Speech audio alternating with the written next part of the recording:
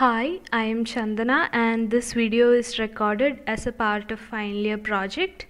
So my objective is to restore a distorted image, and before I get started to the program, I'll just explain the basic concept.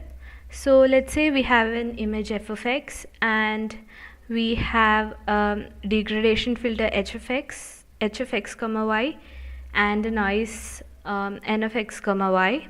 Here in the program we are considering h of x comma y as a blur kernel, and we are just avoiding this noise part. So we have the image coming and the blur, and what we get is a blurred image, that is we call it here as g of x comma y, and we apply a restoration filter. Here we have used the inverse filter to get the restored image. So this is the representation of the distorted image, and we are converting it into Fourier domain so that this convolution that is done for blurring is converted into simple multiplication. Okay, now I'll explain my code. We have imported the necessary libraries, and I've read the image as grayscale for now so that I don't have to deal with the different channels.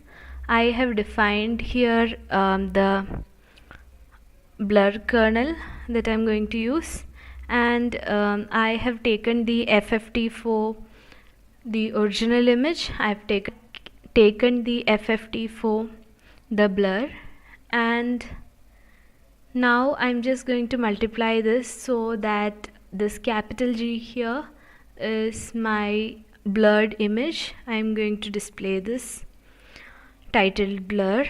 Now what I have done here is that I am going to replace the zeros in the like the image like the blur kernel, so that we divide the original image by this, we don't get a division by 0 or a NaN result.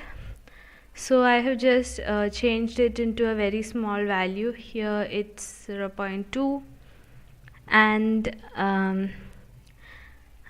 I have defined another variable capital H that is just 1 by b, and to get the original image I am going to multiply my distorted image into h. H is just basically 1 by b, so this essentially becomes g into 1 by b.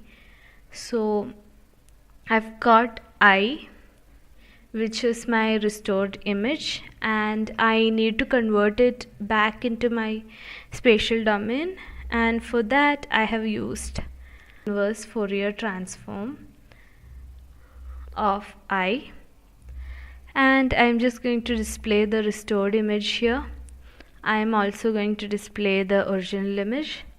So let's see the results. So as you can see, this is the original image, this is the blurred image, and this is our restored image. Thank you so much.